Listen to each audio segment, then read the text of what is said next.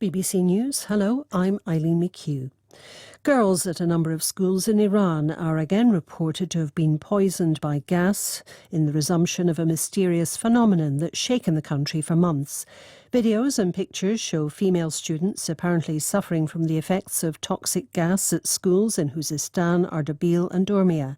Many Iranians believe the authorities themselves are behind the apparent poisonings. Parham Gobadi is from BBC Persian.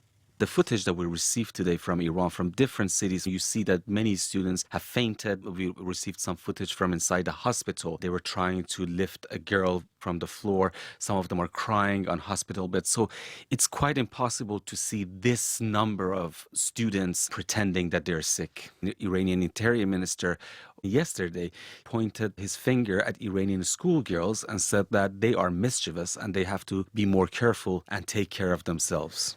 Police in Iran say they're installing cameras in public places to identify and penalise women who violate the strict Islamic dress code by not wearing the hijab. Police Chief Ahmed Reza Radan said women flouting the rule will initially receive a text message as a warning. Our reporter Azadeh Mushiri has more details. The mandatory hijab has been at the centre of protests in Iran ever since 22-year-old Mahsa Amini died in police custody after she was arrested for violating the country's strict dress code. Women developed a laxer attitude towards the mandatory hijab. The hijab was never something that the Islamic Republic was going to take lightly. And that's because the hijab is an important symbol of the Islamic Revolution. It's when the country physically started to look different. A country where women had choice turned into a country where they don't. The authorities in Burkina Faso say 44 civilians were killed in 2 attacks in the northern region of Sahel. Risto Puka has the details.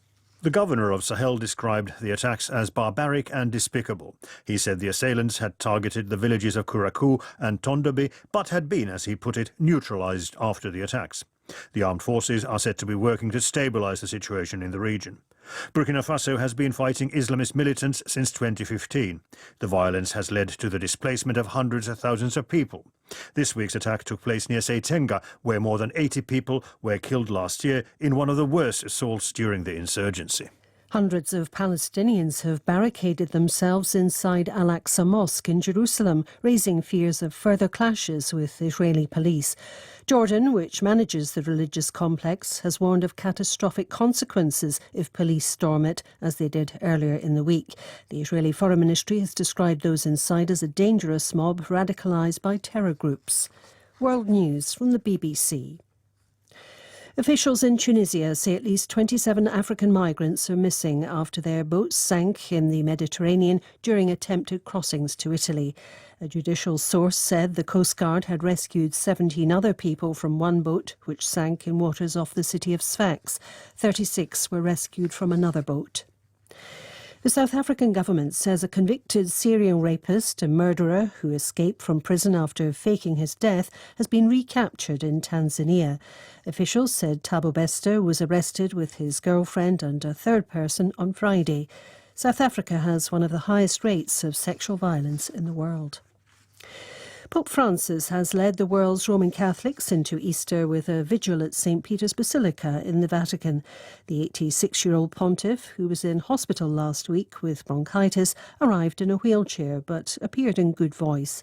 Aline McBool is the BBC's religion correspondent. Since he's been discharged, he's actually kept to all of his commitments during what is the busiest week in his calendar. But for the first time since he became Pope in 2013, he did miss the Via Crucis on the night of Good Friday. That's the procession that takes us through the Stations of the Cross and commemorates the final hours in the life of Jesus. And the Vatican said he missed that because of the cold snap that Rome is experiencing, and that's an event that takes place outside.